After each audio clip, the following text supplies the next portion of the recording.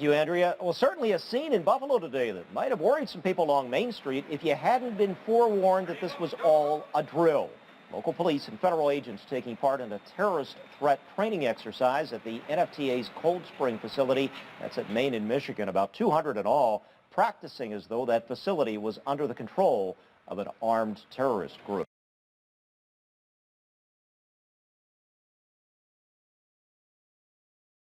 Well, this morning, investigators are still looking into what caused a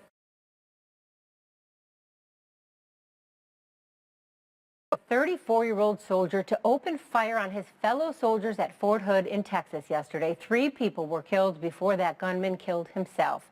16 people were also hurt, including a Western New York native. Patrick Miller is a St. Bonaventure and Syracuse graduate. According to his LinkedIn page, he is a major in the United States Army, currently stationed in Fort Hood. As of right now, it is not clear how serious his injuries are. For more now on the investigation into that shooting and what police are saying about the alleged shooter, we turn to Polo Sandoval. The sprawling Army post in Fort Hood, Texas is yet again the scene of a shooting. This time, authorities say an Army specialist killed 3 people before turning his gun on himself. 16 others were wounded. The base commander says Specialist Ivan Lopez opened fire in one building, then continued firing while driving to another. Military police caught up to him as he started shooting in that second building.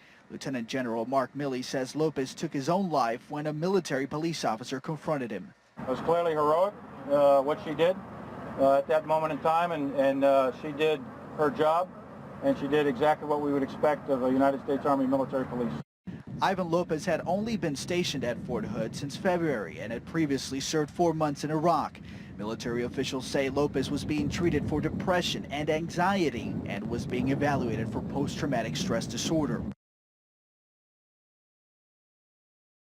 Obviously, we are digging deep into his background, any criminal history, psychiatric history, his experiences in combat. Neighbors tried to console Lopez's wife. She was worried and she was crying, and she had a little girl with her. So, I walked over to her and, I tried to console her and comfort her and let her know everything was okay. But it didn't seem to, pretty much, sink in. As far as I knew, he was a nice guy. He's always smiled and waved, and that's about it. The shooting bears a sad resemblance to the 2009 mass shooting at the same post when Major Nidal Hassan killed 13 people and injured 32 others. He's now on death row.